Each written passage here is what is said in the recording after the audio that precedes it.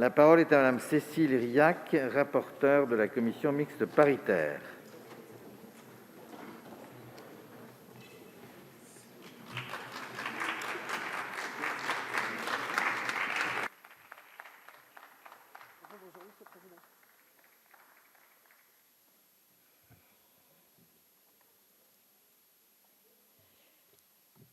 Merci Monsieur le Président. Monsieur le Ministre, mes chers collègues, le texte que nous examinons aujourd'hui a fait l'objet d'un accord en commission mixte paritaire le 16 novembre dernier. Nous avons abouti à un texte historique reconnaissant et valorisant le métier de directrice ou de directeur d'école. Oui, ce texte est historique. La dernière fois qu'un texte sur les directeurs d'école a été discuté au Parlement, c'était en 1989. Permettez-moi, au moment d'adopter le texte issu des travaux de la CMP, de remercier les sénatrices et sénateurs, en particulier le sénateur Julien Bargeton, rapporteur du texte, Max Brisson, mais aussi le président de la commission culture et éducation du Sénat, M. Laurent Lafont, et mesdames Nadège Havet et Sonia de la Provôté, avec lesquels nous avons eu des échanges réguliers et très constructifs. Je remercie très chaleureusement tous mes collègues de la Commission des affaires culturelles et d'éducation, quel que soit leur banc politique, qui ont travaillé à améliorer ce texte. Je remercie l'ensemble des députés de la majorité qui m'ont soutenu tout au long de ce travail législatif afin que ce texte aboutisse, et particulièrement ma collègue Sylvie Charrière. Enrichie par la navette parlementaire, cette proposition de loi répond directement aux besoins des directrices et directeurs d'école en adaptant la législation à la réalité de leur mission. La question de la reconnaissance des missions et des responsabilités des directrices et directeurs d'école était nécessaire.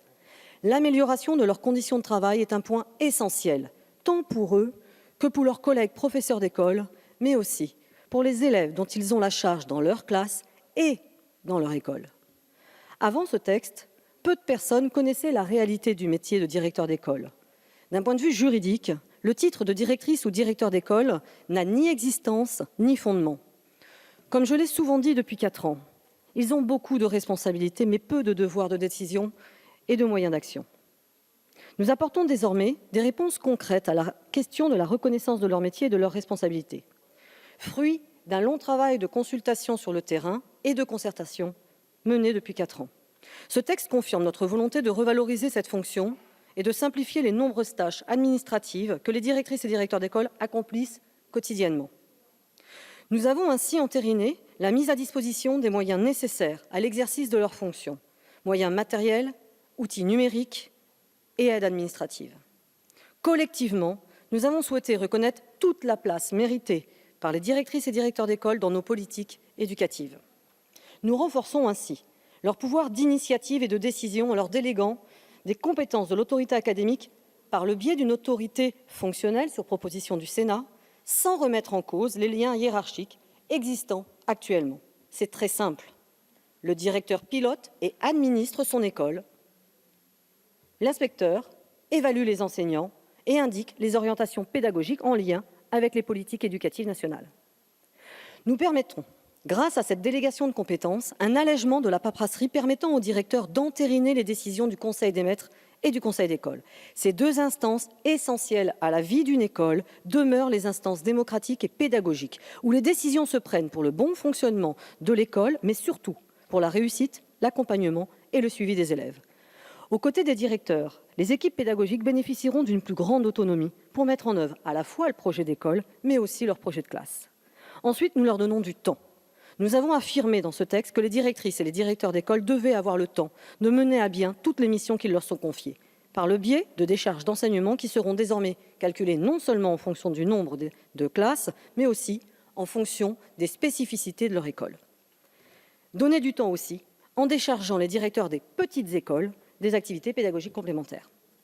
Nous allégeons leurs tâches en permettant l'organisation des élections des représentants de parents d'élèves par vote électronique et en confiant aux autorités académiques le soin d'élaborer les plans particuliers de mise en sécurité. Les directeurs d'école n'auront plus qu'à le compléter avec les caractéristiques de l'école dont ils ont la responsabilité. Avec ce texte, nous les soutenons au quotidien, en créant des référents de direction dans chaque académie et en favorisant les échanges entre pairs. Nous instaurons également une formation obligatoire avant leur prise de fonction, qu'ils soient titulaires ou faisant fonction.